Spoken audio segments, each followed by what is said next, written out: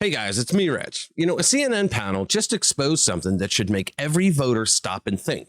You're about to see how a discussion about a Senate candidate with a Nazi tattoo somehow turned into yet another argument about Donald Trump. TDS is alive and well. At first, it sounds impossible.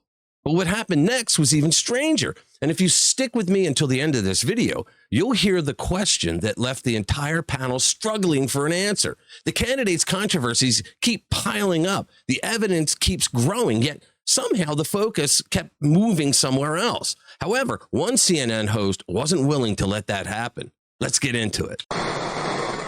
All right, guys, welcome back to the channel, RPW Media, where we are MAGA first, conservative second, Republican third, with the goal of bringing you the most honest news coverage of the day. Look, if you're new, like, subscribe, and comment, and thank you very much. So, there is a pattern in American politics that becomes impossible to ignore once you notice it. A Democrat gets caught in controversy. The facts keep piling up. Questions start being asked, and suddenly, instead of talking about the person at the center of the controversy, the conversation shifts back to Donald Trump. We've seen it before. I mean, we saw it again this weekend on CNN. The discussion centered around Maine Senate candidate Graham Platner. Now, if you haven't been following the story, the list of controversies surrounding Platner is long enough to make most political consultants break into a cold sweat.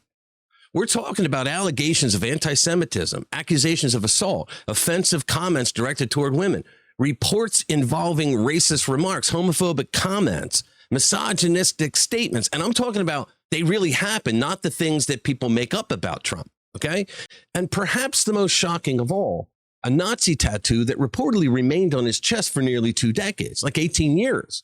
Most Americans would assume that's the end of this discussion. Get this bum out of here. But apparently not for Democrats. During the CNN panel, contributor Carrie Champion quickly moved the conversation toward the familiar TDS-ridden libnut destination. Give it a watch. Is enough, right? Abby, are we just going to go down the rabbit hole? Well, no, the bar is in hell with this current administration. The bar is in hell. We have allowed this president to come in and this blatant corruption, and we see it. Not we as in you, but the people have. His loyalists have, the people who are supposed to be a part of his cabinet have. And so the bar is now in hell. And so for Democrats to me now and by the way, I am not excusing this man's behavior in any form or fashion, but what Scott is saying is like, listen, look where we are.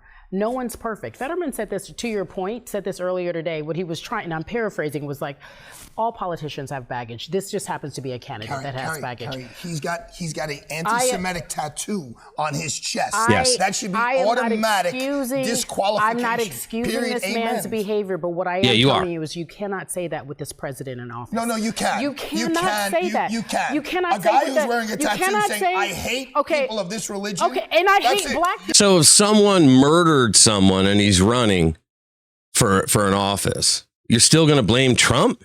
Come on. That's just ridiculous. I feel like this president is saying, I hate black people, and we're done.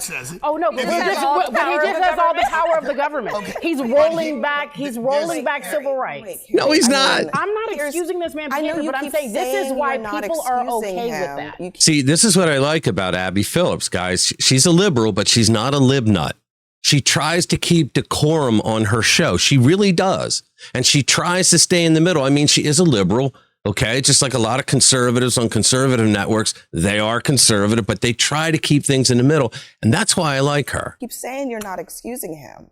But what's happening is that he is being excused. Yeah. The issue, I think, also that what this week demonstrates, this week kind of started with, oh, he was sending text messages, you know, into his, frankly, brand new marriage, by the way, to other women. Wholly inappropriate. So that's not great. Wholly inappropriate. Not great, maybe not a great thing. But then there is always this drip, drip, drip. You know, earlier this week, he had a meeting with Democrats where they asked him, was there anything else? He said there wasn't any. Elizabeth Warren attended the meeting. She said there's a big difference between marital issues and allegations of sexual assault. The people said Platner agreed and denied any credible allegations of assault were forthcoming. It's not a secret. I've had a messy, complicated life. He told them the worst of the rumors. Yeah, and so we want to elect him. That's what the Democrats are saying. Rumors we've all heard are not true. 2 days later, the New York Times comes out with that article about everything. About everything. So it's like one of the problems is that you excuse this and this. Oh, and then but Abby, trust me, there's going to be more. And Democrats are experiencing Are we that excusing right it? Or are we saying, look, if this guy is in the lead, are we excusing it? No, we're not. But we're saying, Yeah, but you are.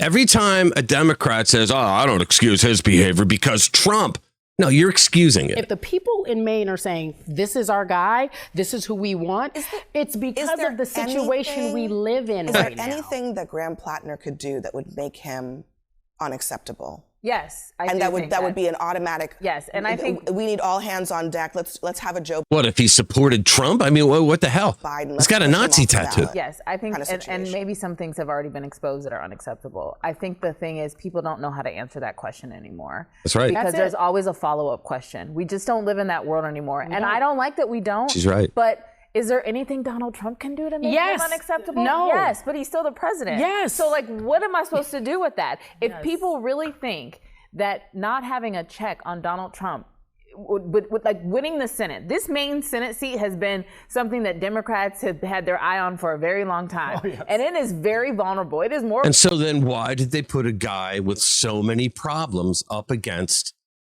Collins? Like, why did they do it? Vulnerable than even the Texas Senate seat. And if they are looking at this is straight politics. I'm not saying it's moral. I'm not saying it is. That's it. Clear. It is just literally a power play. That was pretty straightforward, wasn't it? You don't need a focus group. You don't need a pollster. You don't need a panel of experts. A candidate walking around with a Nazi tattoo would seem to be a fairly obvious political deal breaker, right? I mean, these guys constantly say Donald Trump is literally Hitler to make him evil. And yet they're defending a guy with a Nazi tattoo on his chest. I mean, think about the irony there. I mean, think about the statements that this woman made. I mean, what exactly does that mean? Does Donald Trump's presence in the White House somehow lower the standards for everyone else? No. Does a Nazi tattoo become less significant because Democrats don't like the president? How ridiculous is that? But the Democrats are in the ridiculous zone these days. So there you have it. The next time you hear someone on a cable news panel trashing Trump when he had nothing to do with the topic, it means that the person has no real knowledge about the topic or knows that it's not good for the Democratic Party and pivots to Trump. It's the oldest trick in the book. The most revealing part of this entire controversy isn't really the tattoo. It wasn't the allegations. It wasn't even CNN debate itself. It was the inability of some participants to answer a very simple question about standards because they have no standards left in the Democratic Party. But the good news is that voters are paying closer attention than many political insiders realize. The more these contradictions become visible, the harder they become to ignore. All right, so tell me what you think in the comments below. I love hearing from you guys. Thank you for watching. I'll see you in the next one.